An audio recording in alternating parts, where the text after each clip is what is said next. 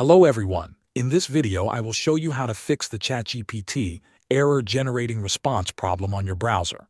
First, click the Try Again button below the failed response. In many cases, this error happens because of a temporary connection issue or a small server glitch. Regenerating the response often fixes the problem immediately. If the error keeps showing, check the official OpenAI server status page. Sometimes the servers are overloaded or under maintenance, which can stop ChatGPT from generating replies properly. If there is an outage, you will need to wait until the service is restored. The next step is clearing your browser cache and cookies. Old browser data can sometimes conflict with ChatGPT and cause loading or response errors. Open your browser settings, go to Privacy and Security, then select Clear Browsing Data. Make sure cache and cookies are selected before clearing them.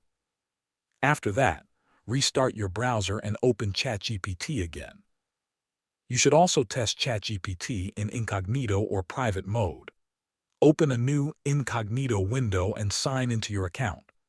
If ChatGPT works normally there, the issue is probably caused by a browser extension like an ad blocker, VPN extension, or privacy tool. Disable your extensions one by one until you find the one causing the issue. After trying these steps, ChatGPT should start working normally again.